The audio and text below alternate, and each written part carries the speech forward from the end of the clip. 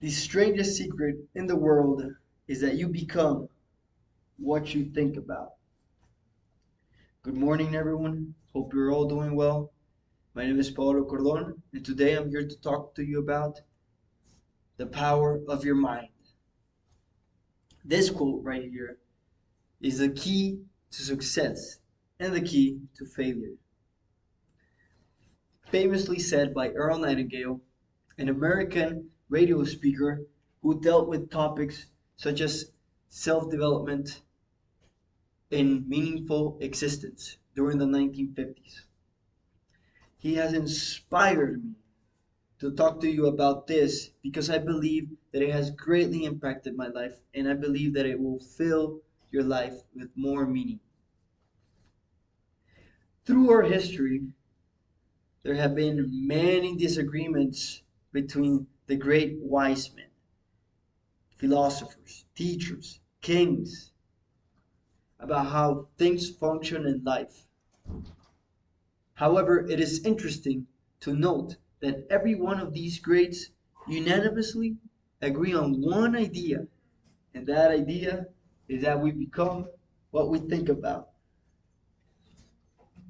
The Roman emperor and philosopher Marcus Aurelius once said, "A man's life is what his thoughts make of it." A man is what he thinks about all day long, said by Ralph Waldo Emerson. William James, the first educator to offer a psychology course in the United States, he said this: "The greatest discovery of my generation is that human beings can alter their life by altering their attitudes of mind." He also said, "We need in cold blood act as if the thing in question were real, and keep acting as if it were real, and it will infallibly end by growing into such a connection with our life that it will become real." In the Bible, Mark 9:23, Jesus says, "If thou canst believe, all things are possible for him that believeth." William Shakespeare said, "Our doubts are traitors, and make us lose the good we oft might win, by fearing to attempt." Albert Einstein spoke about how we have forgotten the power of our mind. He said, "The intuitive mind is a sacred gift, and the rational mind is a faithful servant. We have created a society that honors the servant and has forgotten the gift." Well, it is pretty evident that many of the great men in our history have arrived to this one simple but revolutionary secret. Now, I want you to picture this idea. Imagine a magical, never ending field, and on this land, we have the option to plant whatever we want, and the field will return exactly that. For example, if we plant white snakeroot, a deadly poison, and watermelon, the land will give us just that. Well, people, that is how the mind works. Whatever we give it, it will show up in our lives.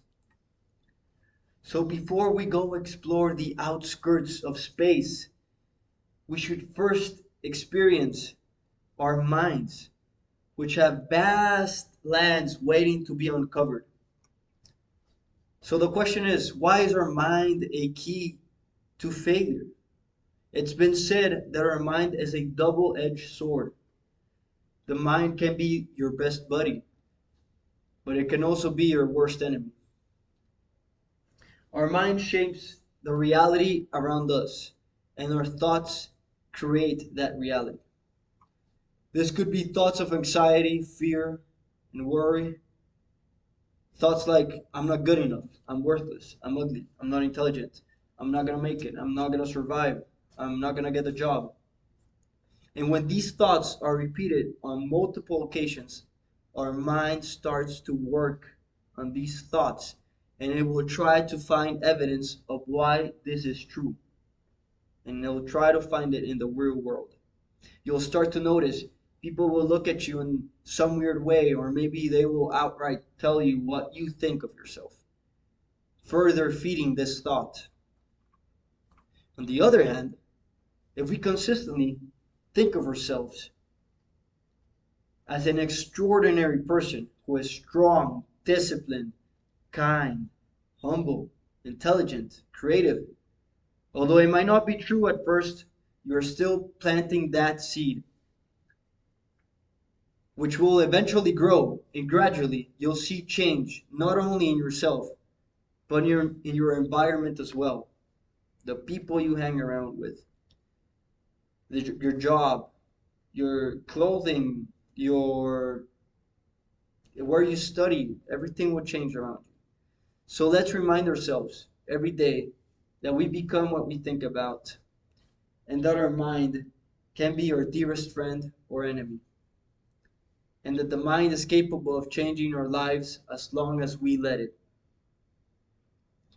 You don't believe what you see what you believe. Thank you. Bro, damn.